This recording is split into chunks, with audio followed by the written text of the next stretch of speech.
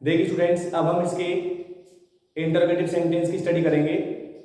ठीक है स्टूडेंट्स, क्योंकि पिछली वीडियो ज़्यादा बड़ी हो जाती, बड़ी वीडियो को अपलोड करने में दिक्कत आती है, और जो हमारे मयंक बैठे हुए हैं जो वीडियो शूट करते हैं पीछे, उन्हें थोड़ी दिक्कत आती है। वो कह रहे हैं कि आप इसके नेगेटिव को तो आपने समझा दिया, अब आप इंटरोगेटिव को अलग वीडियो में बनाएं तो ज़्यादा समझ में आएगा, बेहतर हमारी भी और स्टूडेंट भी जो देख रहे हैं। ठीक है स्टूडेंट्स, देखिएगा, आप लोग ध्यान लगा सके। इसमें क्या करना है आपको, पहचान तो वही रहेगी, चुका होगा, चुकी होगी, चुके होंगे, और मोस्टली प्राय दो कार्य दिए होते हैं इसमें, एक कार्य पहले होता है और एक कार्य बाद में। ठीक है, आपने अफर्मेटिव में सीखा होगा, वही नेगेटिव और इंटरोगेटिव में काम आएगा, थोड़ा सा चेंज हो जाएगा इसमें। एग्जाम्पल आप समझ लेते हैं। क्या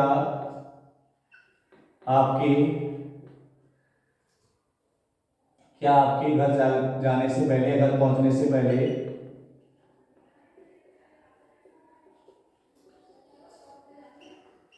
क्या आपके घर पहुंचने से पहले मेहमान आ चुके होंगे?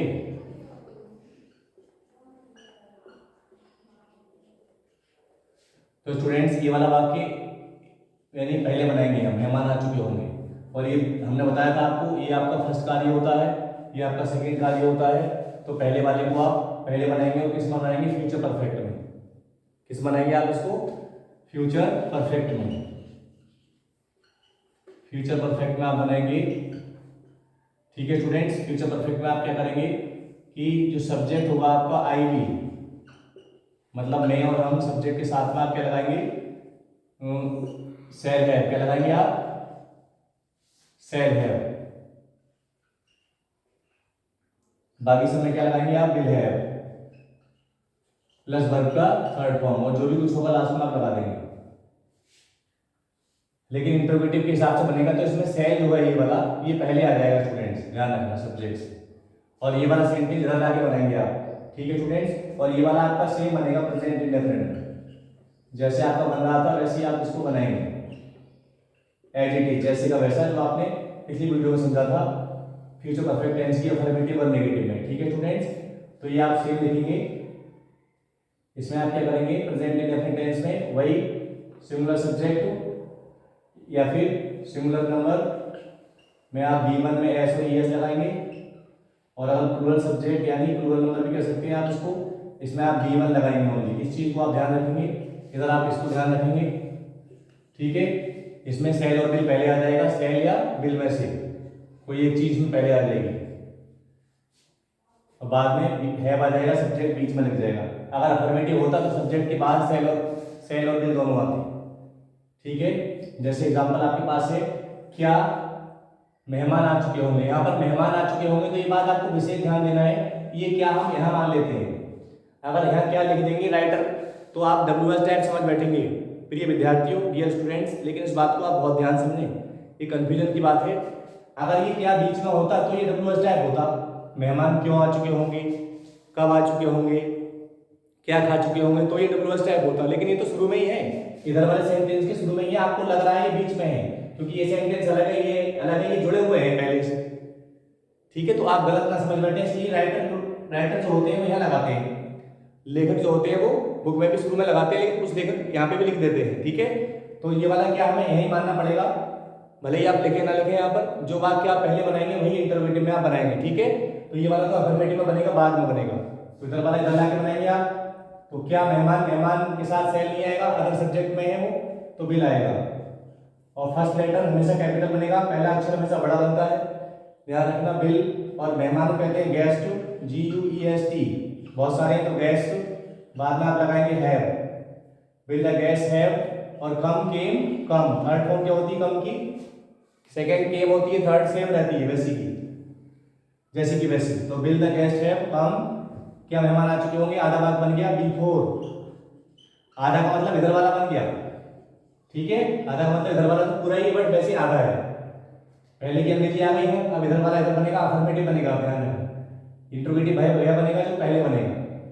तो आपके घर पहुंचने से पहले before you, singular subject singular verb V1 plus S और ES, लेकिन यहाँ पर उसके नहीं है, अब यहाँ पर ही ऐसी नहीं है, तो यू है तो क्या लगाएंगे आप?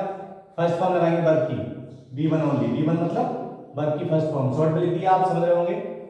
यू रीच आपके अपने घर होता तो यू के साथ अपने के लिए क्या आता, पॉजिटिव केस क्या आता, योर। आई के साथ मैं आता, लेकिन यहाँ पर अपने नहीं है, केवल आपके घर है, तो यू रीच द हाउस। इस तरह से आप बाद में क्वेश्चन मार्क जरूर लगाएं।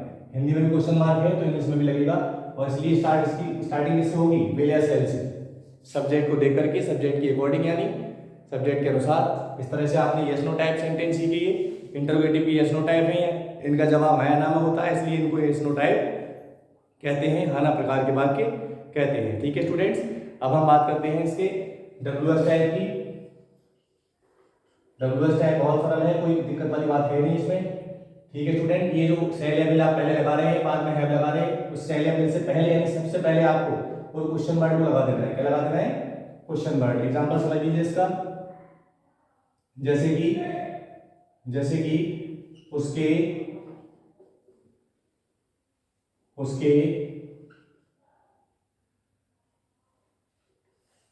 मंदिर जाने से पहले, उसके मंदिर जाने से पहले, उसके मंदिर जाने से पहले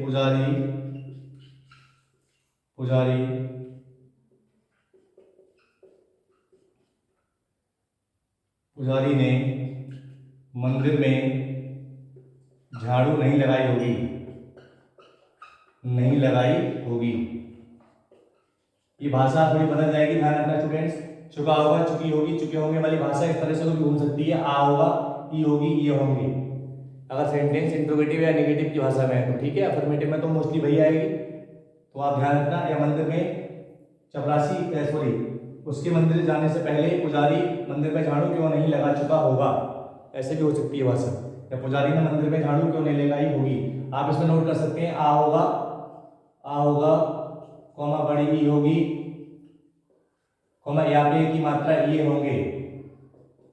ठीक है स्टूडेंट्स, ये बात आप ध्यान रखें। ये भी वर्ड आ सकते हैं भाषा को, अगर लैंग्वेज को घुमाकर पूछा जाता है सेंटेंस तो उसके मंदिर जाने से पहले पुजारी ने मंदिर में झाड़ू नहीं लगाई होगी, तो पुजारी वाला काम हम पहले बनाएंगे, और झाड़ू क्यों नहीं लगाई होगी, ये डब्ल्यूएच टाइप बना लें क्यों। ठीक है, तो क्यों के लिए क्या लिखेंगे आप? भाई, अब पुजारी अन्य कर्ताओं में से हैं, पुजारी नहीं आते हैं आईबी में, तो आईबी से अलग है ये, तो भाई will the worshipper, WORSHIP, worship means पूजा करना, और वर्शिपर PPR करके पूजा करने वाले, वर्शिपर बना लीजिए। वर्शिप से बन गया वर्शिपर, यानी पूजा करने वाले, अर्थात पुजारी। भाई विल द वर्शिपर, ये उन पुजारी की बात हो रही है जो मंदिर में रहते हैं मोस्टली, तो भाई विल द वर्शिपर नॉट, वैसे तो पुजारी कोई भी हो आप वर्शिपर कहते हैं। ठीक है स्टूडेंट्स, ये एक और वर्ड होता है इसके लिए, प्रेस्ट PRIEST, वो भी आप लगा सकते हैं। भाई will the worshipper not have,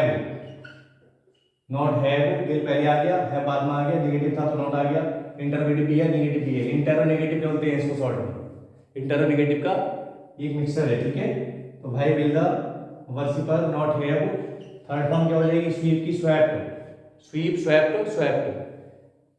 ध्यान रखना, SWEEP और SWEPT, स्वेप्ट और SWEPT, इसका मतलब होता है झाड़ू लगाना। सेकेंड फॉर्म ये है, थर्ड फॉर्म ये है।